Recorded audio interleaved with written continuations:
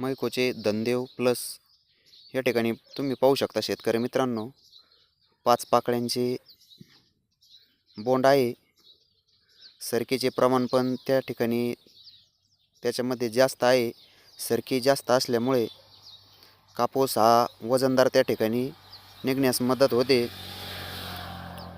पात्यांची संख्या पण जास्त आहे आणि